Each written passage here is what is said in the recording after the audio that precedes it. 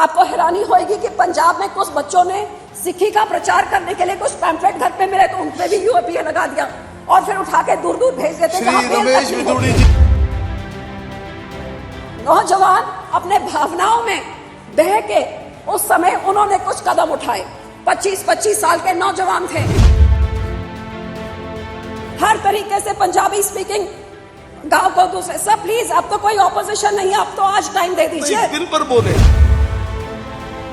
ये freedom movement हमारे अकाली दल ने शुरू करी थी।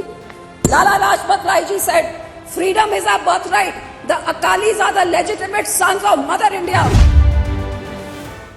सब माइनॉरिटी कम्युनिटी से हैं, इनको भी थोड़ा बोलने का मौका दे दें। शुक्रिया sir. Sir, as we debate a total overhaul of the criminal system after many years, and the government is bringing in something which is going to send out a message to the entire world, not only to the people in this country but to the entire world, कि आज जब भारत एक विश्व गुरु बनने के रास्ते पे चलना चाह रहा है तो ये विश्व गुरु अपने लोगों के उनके इस सिस्टम को जब ओवरहॉल करता है तो ये आगे का, पीछे से सीख के आगे का क्या दिशा देता है। We are looking into the future where we are waiting to compete with the developed countries, and we cannot come up with draconian laws. We can either become an authoritarian state like China, or we can go where human lives, human values, our rights as enshrined in the Constitution for everybody, from a minority to an SC to the last person in the queue, are all given equal importance and equal regard. Before me, my colleague Owaisi Saab said a lot of things, and I am in agreement with many of those things, because the fact of the matter is that history has shown that whenever there are atrocities, it is the minority which has suffered the maximum. And I come from a state where we have been at the receiving end of this forever.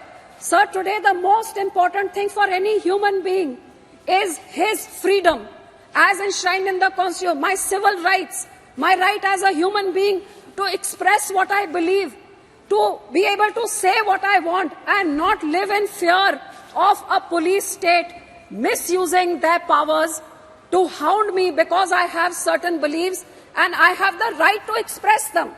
Unfortunately today, sir, this law is going to give unbridled powers to the police and make it into an authoritarian state rather than a democratic country that we all want to live in as enshrined in Baba Saheb Ambedkar's his constitution. Sir, in this bill, I would just like to make a few small points. That what is absolutely clear is that the police is getting the kind of powers which I don't think any police force should ever have, because it is clear that everybody in all these posts who are appointed by political people. And obviously their allegiances are towards political people. I don't need to tell what the Supreme Court says about certain caged parrots. But here we are talking about police at the level of state also, starting from the Thanedar to the SSP, to the IG, to the DGP. All are political appointees. And because of that, there is political pressure in their actions. And everybody sitting in this august house, every political party has borne the brunt of that, and nobody should understand it better than us and better than our Honourable Home Minister, which is why I feel that these powers which are being given without any checks and balances to do as they want. The police has been given, there is a UAPA law, but today the police has been given exactly the same powers, and there are no checks and balances whatsoever, sir. So these arbitrary powers which are against liberty, democracy, dissent, opposition, and I think here is a living example that such an important bill is being discussed, which should be in a fair and transparent manner with everybody allowed to air their views. And here there is only the ruling party and a handful of us opposition people who are being allowed to say what we want. This is not the way for such an important bill to be passed, sir. Sir, these bills have many discrepancies. I don't know whether I should repeat what Owaisi Saab has already said.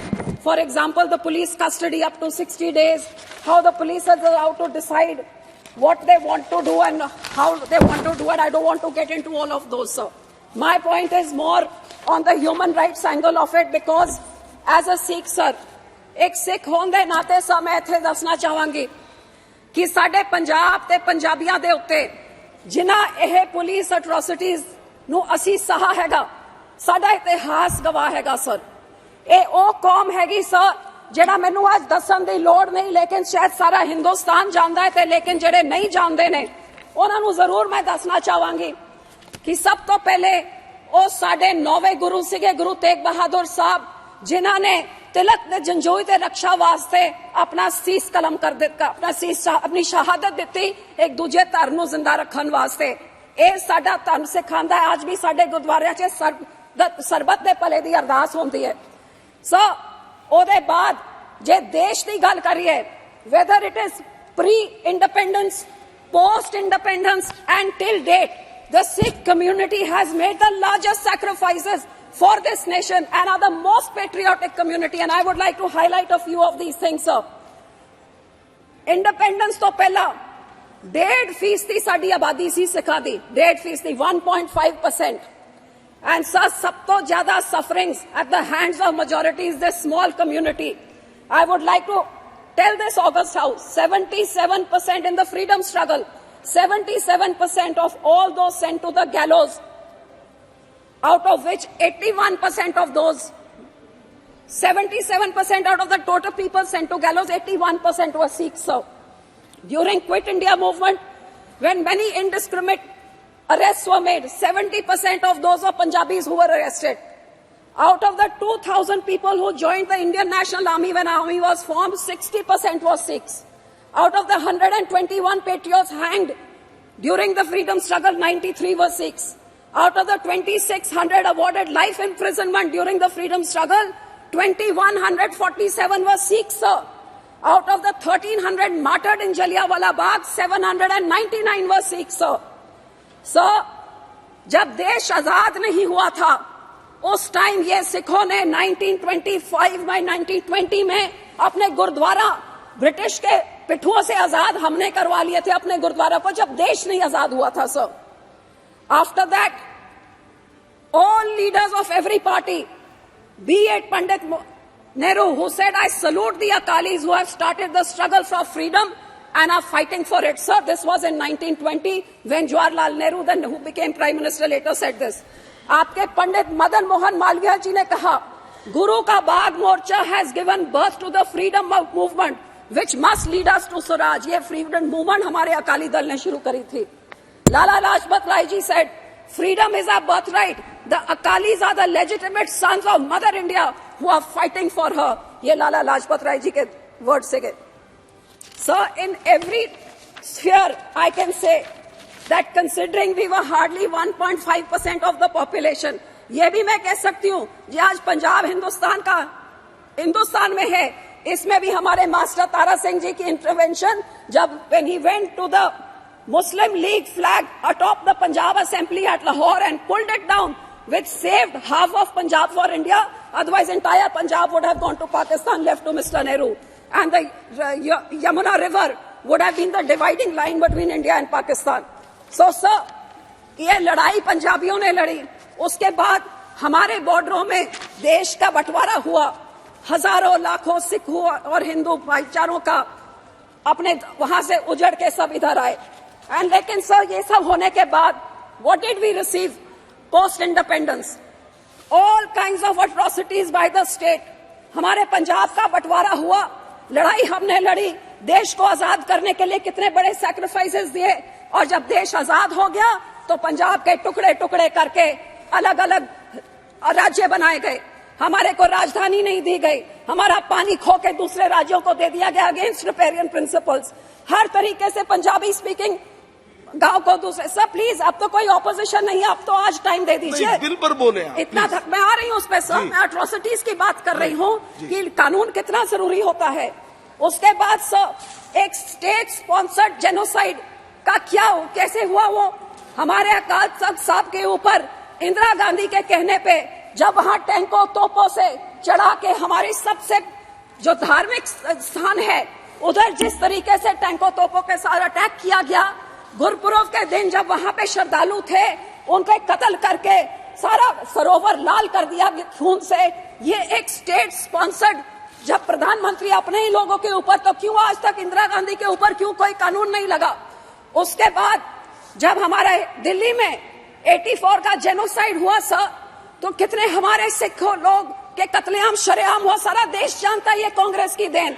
आपको हैरानी होगी, एक FIR, सिर्फ एक FIR दर्ज हुआ, तो क्यों आज 40 साल होने के बाद आज भी हमें तो कोई जस्टिस नहीं मिला? आपके इस नए कानून में सिखों के साथ कहाँ इंसाफ है? कौन सा वो पॉइंट है, मुझे बताएं जरा गृह मंत्री जी, वो कौन सा है जहां 40 साल बाद हमें इंसाफ मिले? और सर यही मैं कहना चाहती हूं कि हमारे सिखों के जब धार्मिक स्थानों पे अटैक हुआ, हमारे कत्लेआम हुए, कोई वहां पे किसी को सजा नहीं मिली, कोई एफआईआर नहीं लगाई गई, कोई हमारे बहनों के साथ जो रेप हुआ कोई हमारी सुनवाई जब कहीं नहीं हुई। और इसी तरह पंजाब में जब हजारों नौजवानों को, बेगुनाहों को यूएपी लगा के, ऐसे ऐसे कानून लगा के, जब उनको एक पूरी जवानी, अब यहाँ पे वो बिट्टू नहीं है कांग्रेस के एमपी साहब, उनके जो दादाजी थे, पूरा बेअंत सिंह ने एक पूरी पीढ़ी सिखों की खत्म कर दी। ऐसे ही पुलिस एनकाउंटर्स करके, फेक एनकाउंटर्स, आज तक हजारों लाखों नौजवान लापता, पता ही नहीं लगा कहाँ गए फेक एनकाउंटर्स में, क्योंकि पुलिस के पास अनबिल्डेड पास थे। तो इस तरह के विदाउट चेक्स एंड बैलेंसेस बाहर कितना बड़ा नुकसान कर सकता है, ये हमें पंजाबियों में देखा। और सर जब ऐसे हालात थे, जब नौजवानों को मारा जा रहा था पुलिस से, कल क्यों आपको हैरानी होगी, कल की कहानी, एक ऐसी लेडी 19 साल की, उसके हस्बैंड को उठा के मार दिया पुलिस एनकाउंटर में। और अब कितने 30-40 साल बाद आज थानेदार से लेके डीजीपी तक, आईजी तक, सबको पुलिस ने अब जाके अदालतों ने उसको इंसाफ दिया, क्योंकि फेक एनकाउंटर था, फैब्रिकेटेड था, उसको एक टेररिस्ट बना के उसका एनकाउंटर कर दिया। तो ये तो लाखों हजारों से हर घर की कहानी थी पंजाब में 80 के दहाकों में। और सर जब ऐसा माहौल था, जब नौजवान मारे जा रहे थे, तो उन लोगों को रोकने के लिए जो हमारे सब सिर्फ कुछ सुझाव कुछ देना चाहती हैं? जी सर, मैं उसी पे आ रही हूँ सर, उसी पे मैं कहना चाहती हूँ। जब ऐसे का माहौल पूरे पंजाब में 10-12 साल चल रहा था, तो कुछ नौजवान, अब इधर ही इस हाउस में आपने देखा, कुछ नौजवानों ने कुछ दिन पहले क्या किया, क्या कह रहे थे वो नौजवान कि हमने अपनी बेरोजगारी, मणिपुर या फार्मर्स के बारे, तो नौजवान अपने भावनाओं में बह के उस समय उन्होंने कुछ कदम उठाए। 25-25 साल के नौजवान थे, हमारे बंदी सिखों की मैं बात कर रही हूँ, और बहुत विनम्रता से मैं बात कर रही हूँ, क्योंकि इस पूरे कानून में आज भी उन बंदी सिखों के इंसाफ के बारे में कुछ भी नहीं है सर। जो पंजाब के इस माहौल में जिन्होंने उठ के, भाई राजूआना जी जैसे, दविंदर पाल सिंह भुल्लर जैसे, गुरदीप सिंह खेरा जैसे लोगों ने जे कोई कदम उठाए सर, जे उन्होंने कोई कदम चके, वो क्योंकि पंजाब के हालात हो जैसे गए, ते हुण उन्हां सारियां नूं 28-28, 30-30, 35-35 साल हो गए, वो जेल च बैठे हुए ने। So where in the constitution और where in legal prudence does it say that you can just be imprisoned forever without any, आपको कोई इंसाफ ना मिले? ये तो ह्यूमन राइट्स की वायलेशन है, ये एक इंसान की इंसानियत की वायलेशन है। Sir 1 minute, 5 minute sir. Sir, here I want to say that in the mercy petition, जो आपने mercy petition के बारे में कहा है, सर फॉर एग्जाम्पल हमारे भाई राजूआना, यू मस्ट नो सर, 28 साल से जेल में बंद हैं, क्योंकि उस टाइम 84 के दहाकों में उन्होंने कोई कदम उठाया, कोई कंस्पिरेसी करे। 28 years he is lying in a prison in an 8x8 cell. For 12 years his mercy petition is pending. No decision is being taken. The court tells the government to take a decision. The government doesn't take any decision. And now the new law says, besides his family, nobody can apply for it also. If the person has no family, sir, उनके माँ बाप जे मर गए, तो कौन करेगा? ये कहाँ से आप ये लेके आ रहे हैं? और 12-12 साल कोई इसका फैसला ना हो, तो इससे बड़ी बेइंसाफी क्या हो सकती है?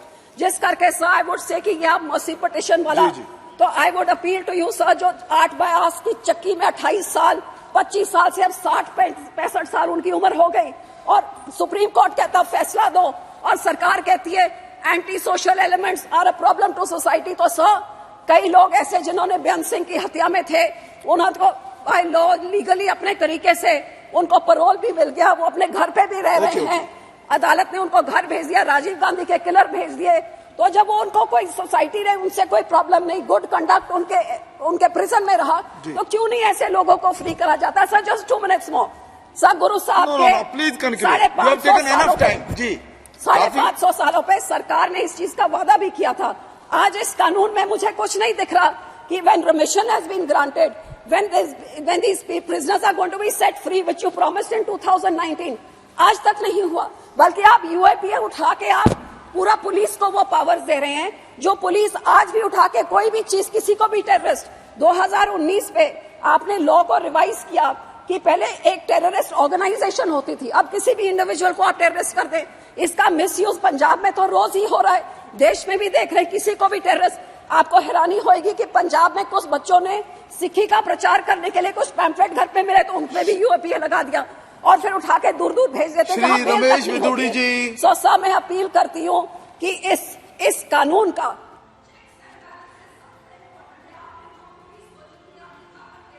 ये पुलिस का मिसयूज का हम इस चीज का गवाह है, और ये चेक्स एंड बैलेंसेस नहीं हुए तो यही कुत्ता कल आपको।